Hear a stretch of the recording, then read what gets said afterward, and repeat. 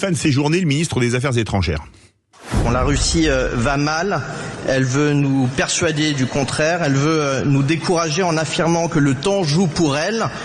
C'est faux, ces élites fuient, ces investissements s'effondrent et nos économies européennes sont beaucoup plus puissantes. Comme disait un animateur de télé célèbre, est-ce de l'info, est-ce de l'intox? Alors il y a 3 mensonges dans ce qu'a dit monsieur Stéphane Séjourné.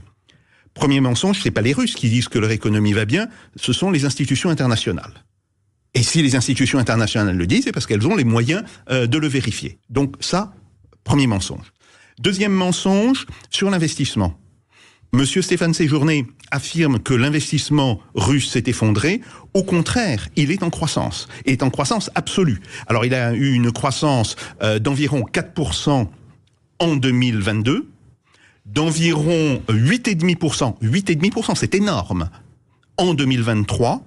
Et on s'attend à ce qu'il ait, en 2024, toujours une croissance de l'ordre de 3,5 à 4%. Donc non seulement l'investissement ne s'est pas effondré, mais il a même fortement augmenté sur les 2 dernières années. Et puis, troisième point, non, les économies européennes, l'Union européenne, ne va pas bien. Nous sommes la zone de plus faible croissance pour 2024 et 2025, à partir des estimations qui sont faites par le Fonds monétaire international. La croissance de l'Union européenne sera sur 23, 24, 25 de 7%.